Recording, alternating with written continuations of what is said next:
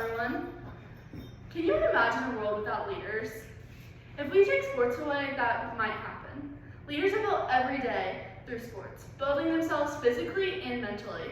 Physically, through exercise and teamwork and bonding activities, and mentally through leadership and, again, team bonding. As a parent, teacher, a kid, or any sort of parental figure, it's important to understand the benefit of sports and leadership. These benefits range from making decisions to people skills in the work, and they are greatly applied in the workforce. So some credibility on me. I've played sports my entire life, and they've taught me a lot of different skills.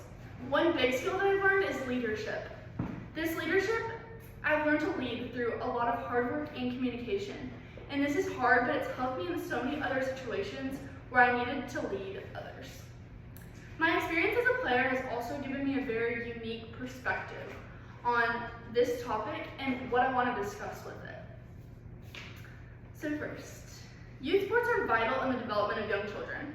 Sports allow them to develop qualities like leadership qualities like confidence, teamwork, decision-making, and communication.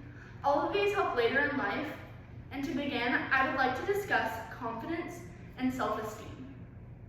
Youth sports are a great opportunity for kids to become confident individuals. They are provided a chance to overcome adversity, challenge themselves, and experience success. These challenges help children build their self-esteem and character, and this leadership is linked to the growth in confidence because as you grow your confidence, you're more willing to lead other people. Leading also allows you as a team to build around you and get better. This means if you're a leader, that will create more leadership in your team, and it will make people want to follow your lead. So when you're doing the right thing, it helps them want to do the right thing. So leading by example. According to Frontiers in Technology, athlete leaders have been reported to positively influence team cohesion, athlete satisfaction, team identification, team confidence, and the motivational climate within the team. This leadership and confidence on the field then transitions off the field and into society. And in society, leadership is super important, especially when you get into the workforce. Because in the workforce, you're going to be tasked with a job, and you're not going to have anybody structuring when you're going to do it. So you need to do it so you don't get in trouble or get fired from that job. Next, I would like to discuss teamwork and collaboration. Working with others is super important in the workforce, so it's important to learn to work as a team or in collaboration with others. In sports, teamwork is vital. Teamwork creates chemistry and it allows you to get better. In soccer, this is a formation, while in volleyball, this is covering for everyone. So say when you're in volleyball, when you're going up for a block, what if you tip it off? You have to go back up. That's teamwork, that's communication, that's just knowing what each other's going to do through that chemistry that you've built over and over. Teamwork and collaboration are similar, but collaboration is more one-on-one. Collaboration is working together, and this happens every day in sports. You need to be able to lead someone and trust them to help you. This is hard, but in all, it's really worth it. According to Taylor and Francis Online, leadership development is a collective practice that involves everyone. Coaches also must collaborate with these players so that the players collaborate with others. This collaboration with players is like talking to them one-on-one, having very in-depth, meaningful bonds with them so that they'll trust you more and they'll respect what you're saying on the field and really in life, because your coaches are usually big figures in your life and really help you in what you want to do. Lastly, I would like to talk about the benefits of communication and coaching in leadership. Communication is the backbone of modern society. It allows us to solve problems and motivate others. Both of these are a part of leadership. Motivation through encouraging your team, and leading by helping solve problems through communication. These are so important. So it's very important that we discuss how coaching affects it too.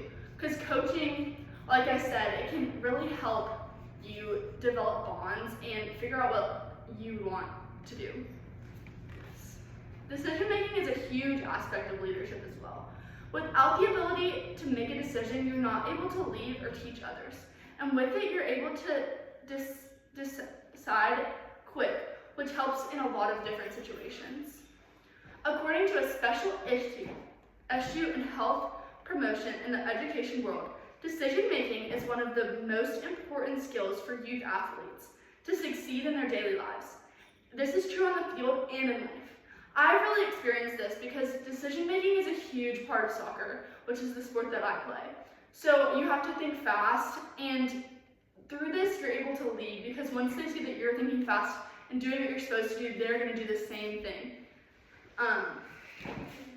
While youth sports are very beneficial for children, they still have negative aspects which are key to sports and leadership. These aspects include promoting unhealthy competition, exclusion and division, and finally, stress. To start with, emphasizing winning and winning alone can affect both teamwork and confidence. When you start to focus only on winning, you can begin to get mad at teammates, and instead of being a leader, you become toxic. This can poison a whole team. I've had teams like that, and we do not work together at all. It's really bad for the entire team because you're not getting leadership within this team, and it's just a constantly toxic environment, and usually the coach is building on top of this toxic environment. A way to resolve this is teaching kids that winning or losing is okay. There's not a problem with it. It's important because it creates a healthy relationship with both confidence and with leadership. Next, excluding kids based on talent or school can be a problem, especially when these students are young. This can create division and ruin kids' self-esteem. I again have experienced this because I've experienced exclusion because I started playing soccer later instead of doing it at the academy level. So the coaches would favor the kids that have already had played for longer, and they develop more skills, which is teaching these kids to not want to step up and lead because they think that they're just bad. So to prevent this, we can allow everyone a chance to play and prove themselves. Coaches can also keep a close eye on leaders on the team. This captain or leader can influence the team, so it's important that they empathize and not make fun of others or put other people down, which is huge on a huge team too. Finally, stress is a huge problem. Balancing school, clubs, and sports can be hard, especially as they get into high school, where they're also having to deal with all of the external pressures, like sex and alcohol, for example. All of this can lead to stress and a lack of communication, which can be detrimental to a team, and especially the leaders on that team, because they feel like they're not leading their team, and it's adding to their stress. This is not easy, but it's a great fix. A great fix is teaching kids time management. Time management is huge. As I said, high school is a hard and a very stressful time, so managing your time and your expectations, especially in your different areas, you need to make sure that you know what it is you want to do and how you're going to accomplish those goals. But it's also important to teach these kids how to communicate. And sometimes you need to say, I need a break. So you need to prioritize what's important. So this might be school. It depends on what's important for you and your parents. I feel like that school is the most important. So you need to prioritize school and then put your sports and your other extracurricular activities on the back burner so you don't develop mental health problems because of it. Overall, leadership qualities like confidence, teamwork, decision-making, and communication can help athletes develop leadership skills that are vital to their future.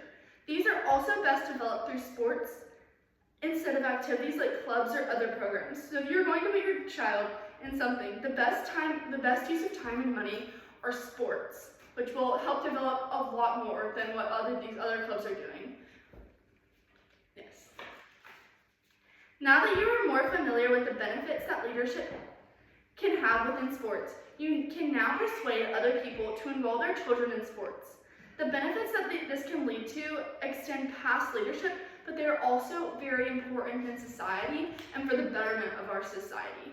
So again, go up to people and start talking, especially in a church setting or even in a school setting. You have parents or you have friends, you have everyone that you can encourage to do things, so it's a great idea to encourage them that way.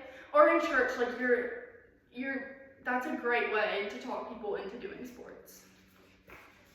According to the Women in Sports Foundation, 70% of women who played youth sports went on to do something involving leadership outside of their home.